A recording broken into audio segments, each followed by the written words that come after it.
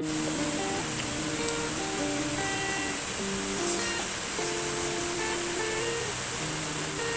semuanya, shalom teman-teman. Kita kembali lagi di program Gembal.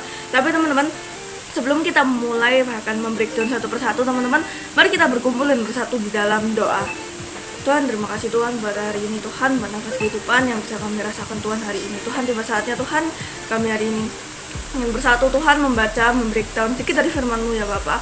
Bapak, biar firman-Mu ini Tuhan dapat lakukan, dapat kami terapkan dalam kehidupan kami sehari-hari. Haleluya, amin. Oke, di kesempatan kali ini teman-teman aku pengen membahas pasal ke-14 ya, lanjutan dari yang kemarin. Dan di pasal 14 ini teman-teman ada 4 perikop di dalamnya. Yang pertama adalah Yohanes Pembaptis yang dibunuh. Lalu yang kedua ada Yesus yang memberi 5.000 orang makan, gitu, 5 roti dan 2 ikan.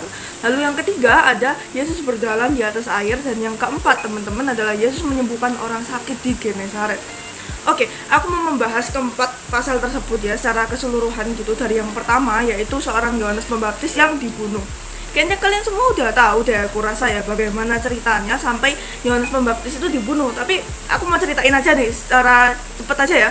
Jadi kan sebenarnya apa ya, kayak pembunuhan Yohanes Pembaptis ini kayak secara tidak sengaja dan sengaja, bingung aku artinya gimana gitu. Soalnya kan sebenarnya kan Herodes itu ada ingatan, ada keinginan sebenarnya untuk membunuh si Yohanes tersebut teman-teman. Tapi dia sendiri itu takut, dia itu takut dihujat, dia itu takut diapain gitu sama pengikutnya si Yohanes, dikarenakan kan pengikutnya dia kan banyak, dan mana lagi si Yohanes ini dibilang dia adalah seorang nabi gitu loh. Nah, akhirnya puncaknya bagaimana si Yohanes ini dibunuh, yaitu pada saat ultahnya si Herodes, pada saat ada acara gitu. Ada seorang penari ya teman-teman, seorang cewek penari gitu yang menari-nari di depannya si Herodes, dan Herodes itu suka teman-teman.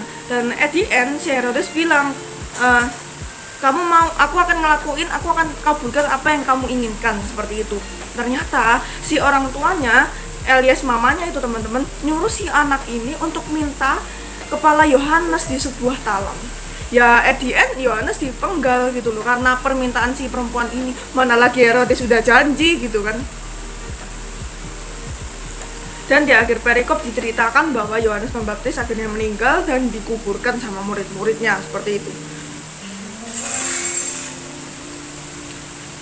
Teman-teman, tadi kan ada yang ibaratnya menyebabkan Yohanes mati ini kan karena sebuah perempuan cantik gitu yang menari-nari di depan Herodes kan ya, yang tadi aku ceritain. Nah, kalau kalian lihat juga di bagian awal perikop ini, sebenarnya si Herodes ini nggak ada mau membunuh dia gitu loh, karena apa ya, dia tuh nggak jadi gitu. Nah, dikarenakan berpikir ini itu entar ini bahaya, entar itu kasihan deh, entar murid-muridnya ngehujat aku, entar aku dihukum mati karena membunuh nabi. Mungkin karena itu makanya dia nggak jadi kan untuk membunuh si Yohanes tersebut. Nah, ternyata teman-teman, sedangkan si cewek ini itu teman-teman, dia tuh membuat Herodes salah dan berdosa, membuat Herodes itu lupa sama Tuhan. Bayangkan satu orang cewek ini, seorang penari ini itu menyebabkan kematian salah satu orang atau salah satu pengikut Tuhan Yesus yang sangat suci, yang bahkan di ini ya teman-teman, aku kasih tahu ya sebenarnya teman-teman. Yang pertama, pesta duniawi, tari-tarian, film yang tidak senonoh itu mengakibatkan kita tuh lupa sama Tuhan, kita tuh lupa sama Allah, merasa hawa nafsu kita dan mengeraskan hati kita supaya kita tuh nggak peka lagi sama dosa. Kita kayak merasa alah udah biasa gitu loh. Dan dalam hal ini tuh sebenarnya anak-anak Tuhan yang sejati, kita sebagai pengikutnya Tuhan itu tidak akan mengikut bagian ini ya teman-teman. Saat kita lihat hal itu, kita tuh cukup diam, nggak ikut pergi dan lakukan apa yang menjadi kepercayaan kita, apa yang menjadi keinginan kita gitu teman-teman. Kita tuh harus bisa setuju teman-teman, dan terus mengikuti apa yang kata Yesus, apa yang disuruh Yesus, karena Yesus itu yang Yesus katakan tuh baik adanya teman-teman. Berbeda dengan dunia yang memberikan kita kenikmatan secara duniawi dan tidak secara permanen. Sedangkan Tuhan Yesus tuh bisa memberikan rasa yang sangat permanen gitu. Lalu yang kedua, Alkitab mengatakan bahwa wanita-wanita itu akan menari, biasanya tuh akan bernari-nari di saat ada sesuatu atau suasana yang membahagiakan, yang menyenangkan gitu. Apalagi di saat mereka tuh mengalami kemenangan dalam pertempuran pas menyanyikan untuk Tuhan gitu, saat memuji Tuhan gitu. Nggak pernah disebutkan kalau ada orang Yahudi menari dengan bersama orang wanita. Cuma nggak pernah dibilang kalau ada wanita yang menari di depan umum di acara acara ulang tahun dan sebagainya itu juga nggak ada. Dan bisa dibilang tari putri tersebut itu dibilang kayak orang kafir gitu ya, orang yang nggak pernah mengenal Allah, karena di Alkitab nggak ada Tuhan bilang kau cewek-cewek langsung nyanyi atau kau menari-nari di depan umum gitu kan. Dan di perikop ini teman-teman, aku tuh cuma mau bilang satu, kalau kamu ikut Tuhan Yesus, kamu mau serius, kamu mau kenal sama Tuhan Yesus, mau jadi pengikutnya yang sejati, kita harus serahkan dan korbankan semuanya. Mulai dari nyawa kita, waktu kita, uang kita, dan segalanya teman-teman, kita harus kasihkan ke Tuhan Yesus untuk memberitakan Injil dan sebagainya macam. Jadi kalau kamu belum siap teman-teman, yuk kita bareng-bareng kita persiapkan semuanya, dan kita harus bisa beli semuanya untuk kemuliaan nama Tuhan. Oke, kita lanjut ke perikop yang kedua, yaitu mengenai mujizat Yesus yang Yesus dimana bisa memecahkan 5 roti dan 2 ikan dan tersisa 12 bakul gitu teman-teman. Dan aku rasa kalian udah juga pada tahu ya, karena cerita itu sering banget bahkan dibahas sama ini kayak sekolah-sekolah minggu seperti itu teman-teman. Dan di sini aku cuma mau bilang teman-teman, kalau kamu percaya sama Tuhan Yesus, kalau kamu mengaku Tuhan Yesus itu adalah Tuhanmu, ya sudah, percayakan semuanya. Jangan kamu percayakan itu cuma 50%, keserahkan semuanya, kasih ke dalam tangan Tuhan 100%. Nggak perlu kamu takut, kamu besok mau makan apa, kamu tuh dikasih apa, semua disediakan sama Tuhan. Sebelum kamu minta, Ia nggak akan meninggalkan kamu tuh jatuh, bahkan meninggalkan kamu tergeletak, itu nggak akan teman. Dia tuh Allah yang adil, Allah yang nggak pernah ninggalin anaknya yang rusak, no. Bahkan Dia pernah bilang, kalau ada sekawanan domba, 100 domba, satu domba diantaranya hilang, aku akan meninggalkan 99 domba itu dan mencari yang satunya. So kalau kamu rusak, silahkan datang ke Tuhan. Ayo datang ke Tuhan, jangan merasa nggak layak, enggak. Oke, lanjut ke perikop selanjutnya teman-teman, yaitu mengenai Yesus yang berjalan di atas air. Kalau nggak salah aku juga pernah bahas ini ya di video sebelumnya, yaitu di bersyukur di tengah badai. Itu juga sempat mention gitu, kalian bisa nonton itu teman-teman. Tapi aku mau nambahin aja, di perikop ini kita baca ya sama-sama di Matius 14 ayat 23. Dan sesudah orang banyak itu disuruhnya pulang, Yesus naik ke atas bukit untuk berdoa seorang diri. Ketika sudah hari malam, Ia sendirian di situ.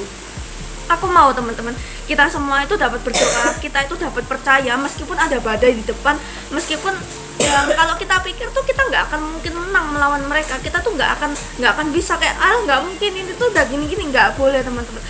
Kita tuh diharuskan bukan hanya sekedar percaya, kita tuh bukan hanya sekedar berdoa, tapi kita juga harus bisa berfokus pada Tuhan Yesus. Di perikop ini dijelaskan betul teman-teman, kalau kita mau berfokus sama Tuhan, kita fokus sama besarnya Tuhan, bukan pada besarnya permasalahan kita, itu aman weh, seriusan.